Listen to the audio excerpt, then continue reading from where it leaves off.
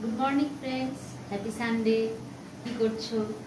আমি তো রান্না করছি, এই যে মোয়া মাছটা ভেজে রেখেছি, আলু বেগুন আর বিনস দিয়ে, পেঁয়াজ আলু দিয়ে। ঝোলটা ফুটুক, আলু সিদ্ধ হোক, বিনস সিদ্ধ, তার মাছগুলো দিয়ে দেবো।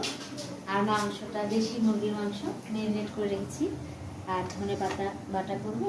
দেখি মিথির সাথে, হ্যাঁ, রান্না করছি। হ্যাঁ, আজকে তো সানডে, তো তোমাদের ঘোরার প্ল্যান নিশ্চয়ই আছে। আজকে আর কোথাও যাওয়ার নেই, এই রান্নাই করব, টাইম লাগবে রান্না করতে। তো ঠিক আছে, পরে আমি আবার আসছি। ওকে,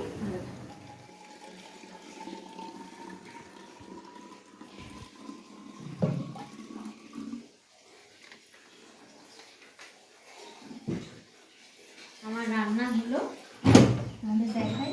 এই বিড়ালের বাচ্চাগুলোর জন্য আমার হাঁটা মুশকিল হয়ে যাচ্ছে, এত বাজি মাছ হয়ে গেছে। আলু বেগুন বিনস পেঁয়াজ দিয়ে করেছি। আচ্ছা, মাংসটা হয়ে গেছে, এই যে দেখো। দেশি মুরগি তো কচি ছিল, যার জন্য আমি ঝোলটাই রেখেছি, আর ঝোলটাই বেশি ভালোবাসি আমি। একটু ঝোল, আমরা সবাই একটু ঝোলটা বেশি ভালোবাসি। আর বয়লা হলে একটু কষা কষাই ভালো লাগে, আর পাঠা আবার সেই কচি হলে ঝোলটাই ভালো লাগে। ওকে, তো আমি এখন স্নানে যাব, আর মেয়ে যাবে এখন ডান্স ক্লাসে। আর দেখি মেয়েকে স্নান তোর হয়ে গেছে, এখন আমি করবো, ওকে খেতে দেবো, তারপরে আমি আবার আসছি, ঠিক আছে? হাই গাইস, কী করছো? প্রচণ্ড ঠান্ডা লাগছে আমার, প্রচণ্ড। বাসন মাজলাম, দুপুরের বাসনটা মেজে রাখলাম।